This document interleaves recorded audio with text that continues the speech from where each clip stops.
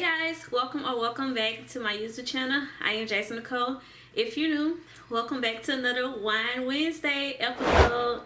So today's topic is something that I've been dealing with for about 10 years, over 10 years, but it's been more prevalent in the last few days. So we're going to be talking about mom guilt and dealing with being a ambitious mom. And particularly, we're going to be talking about single moms because I am a single mom, so I can only speak to that aspect of motherhood. But before we get started, let's get our drink together. So we're not going to be drinking wine because it's in the middle of the day. I'm still actually working. I'm just taking a break right now. So we're going to be drinking some sparkling carbonated spring water. This is the Saratoga. If this water bottle looks familiar, it's because it's in a viral video of that like fitness trainer doing his morning routine. And I actually, when I went grocery shopping this weekend, I actually saw these two for $4 in Albertsons, so I decided to pick it up. This is my second bottle. I actually drank my first bottle. It's actually pretty good. If they're still on sale, I might go get some more, honestly. Woo! It's sparkly though. It's like real sparkly. I mean, it's real carbonated, I should say. But let me get it open. Cheers.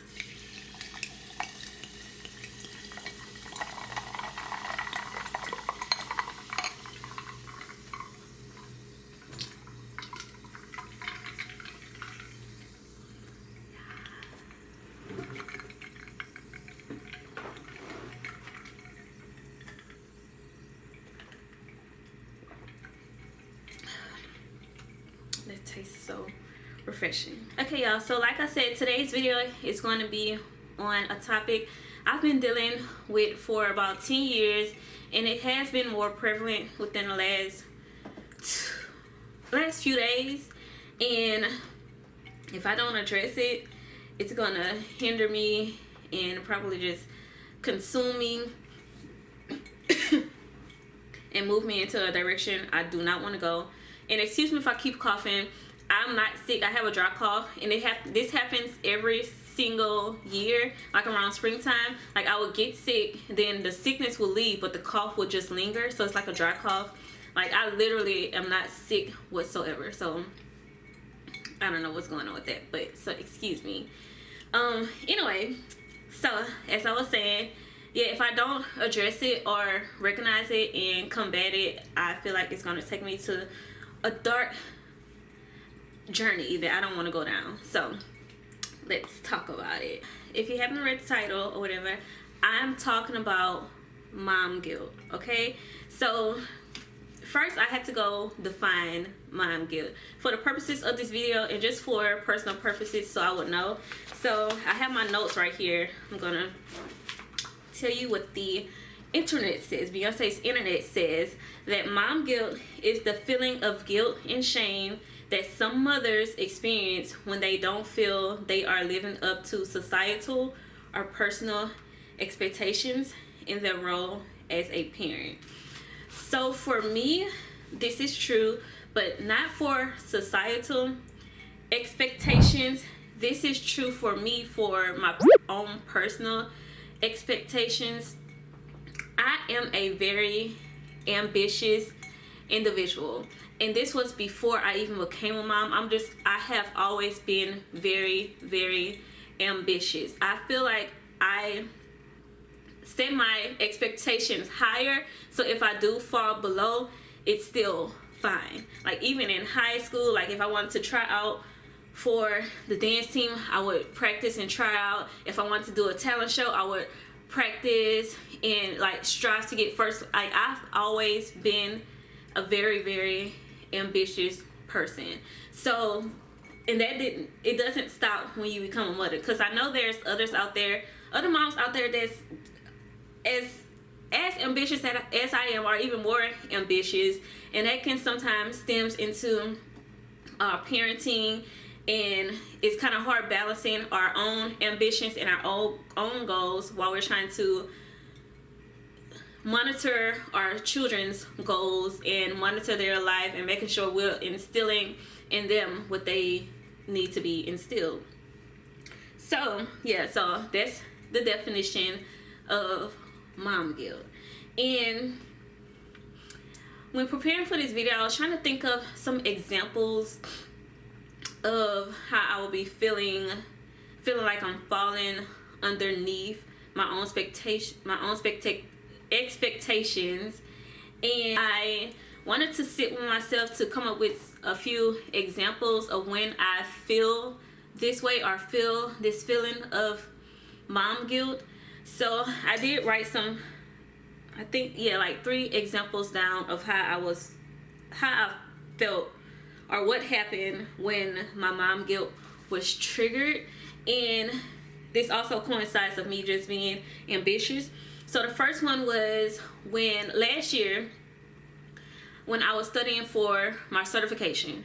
So studying for certification, I would be studying, like if I was not working, I would be studying like day and night.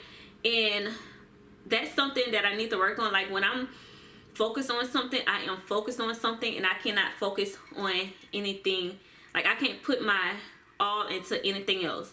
And honestly, I'm gonna raise my hand, I don't believe in work-life balance. I think it's gonna always be in balance. Like of course you're gonna always give your attention, but it's not gonna be, everything is not gonna be getting 100% of you, and that's fine. I guess as long as you're being functional, that's fine. That's how I feel. I just don't think work-life balance exists, me personally. But let's see. So for example, let's say if it's a Friday night, last year when I was studying for the examination, and Mackenzie would want to watch a movie, because that's our thing. We like to watch movies on Friday nights. So she would be like, well, Mom, can we watch a movie? And I would say yes. But in watching a movie, I will be having my note cards out. I would not be paying attention to the movie. I will be focusing on the matter at hand. And in turn, because she would bring it up, it's like, Mom, you're not even paying attention to the movie. You're reading your cards or whatever. So in return, maybe we will go somewhere the next day, or even that same day. She'd ask for, maybe can I have ice cream or something, or can I have an extra ice cream? And I would say yes, knowing that she doesn't need an extra ice cream, just because I feel guilty for not giving my all or not paying attention during the movie, which I know she doesn't need a extra snack or extra cookies, but I'm just saying yes to overcompensate for me not actually paying attention to the movie. I'm hoping this is making sense. So that's one example of me experiencing mom guilt because of my ambition, so to speak. So the next one is wanting to be alone. I know I'm not the only mom, not even a mom, a human in general. We all just want to be alone sometime.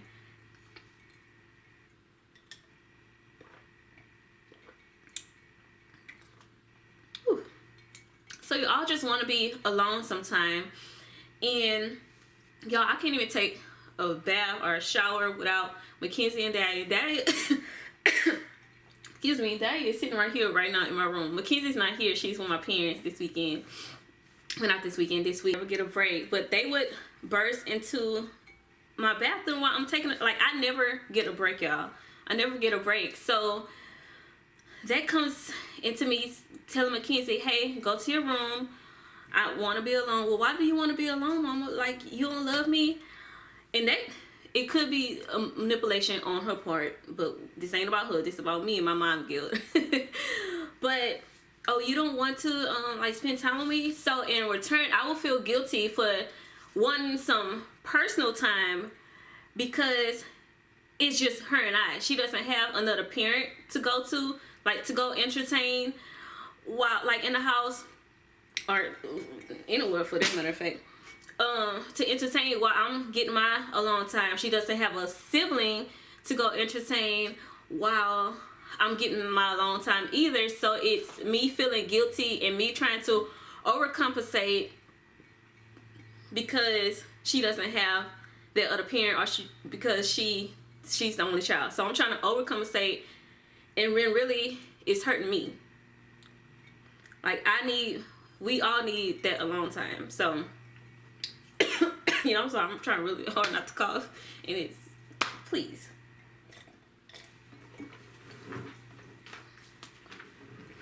So that's another example of mom guilt. And then my last example was feeling guilty for telling her no. Like if we're at a store and she's asking for things like kids do, and feeling bad for saying no, it's out the budget. So as a single mom, I fund everything. Like everything comes out of my funds, just come out of one bank account, whatever. So sometimes things are just not in the budget, and I'm not trying to be broke, so I'm just like no. But then I feel guilty for saying no, because if she did, or if I did have a partner, or she did have someone else funding her life, it would be easier for her to get like simple things that she asks for. Because the thing she asking for is, it do not be outrageous, like, because I know some kids be hitting y'all head with the outrageous things, but she does ask for like simple things, and simply sometimes it's just not in the budget, and I feel guilty because I don't have that extra income funding her. So that's another example of my mom guilt. And then just because I eventually probably just say yes, and that's another example of me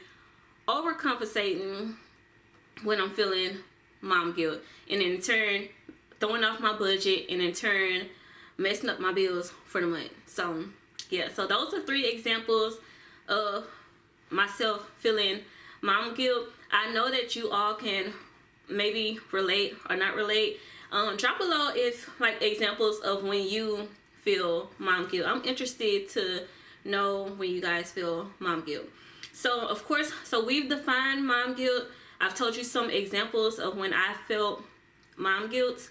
So I also wanted to look up some tools that we can use to cope with this or to combat our mom guilt. So let's get into that. So the first tool that we can use, or the first step, is to acknowledge your feelings.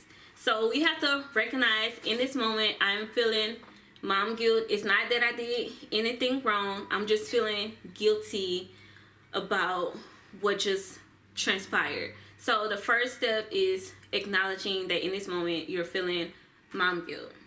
So, oops. And then also just remembering that this is very common. You're not an anomaly. Like a lot of moms experience this. I would even venture to say, if you're an active mom, I feel like all moms experience that. But just to be politically correct, we're going to say it's common. So, yeah.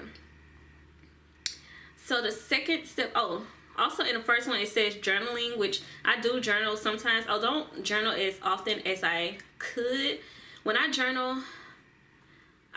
when I'm talking to my Father in heaven.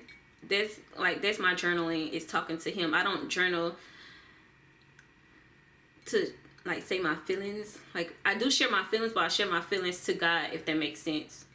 So I don't know how other people journal, but journaling, it's another thing under acknowledging your feelings.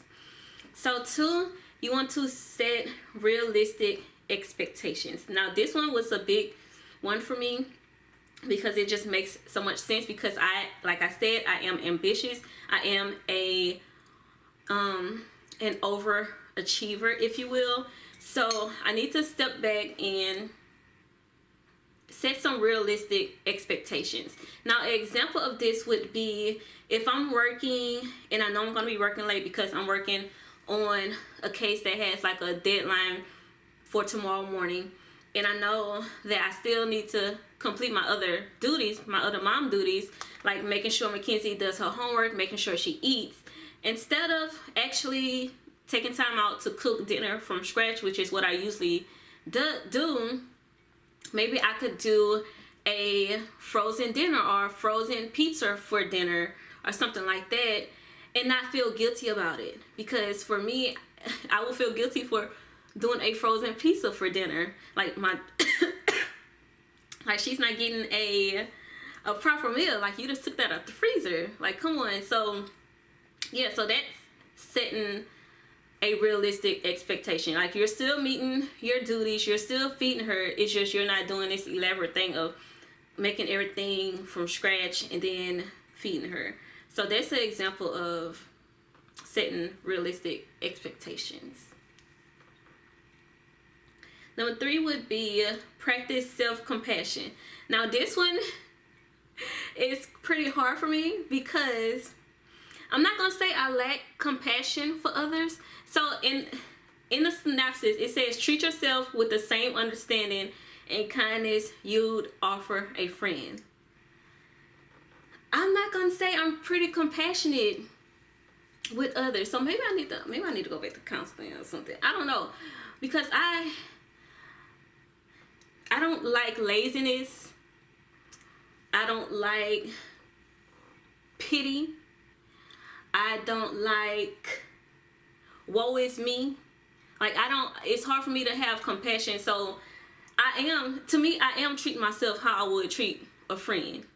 Like, I'm hard on a friend, I'm hard on myself. Like, if someone come tell me the problem, I'm gonna be like, girl, it's not the end of the world. Someone is always going through much worse than you're going through. Like, and this situation you're in, we can turn this around. Like, all we have to do is A, B, and C.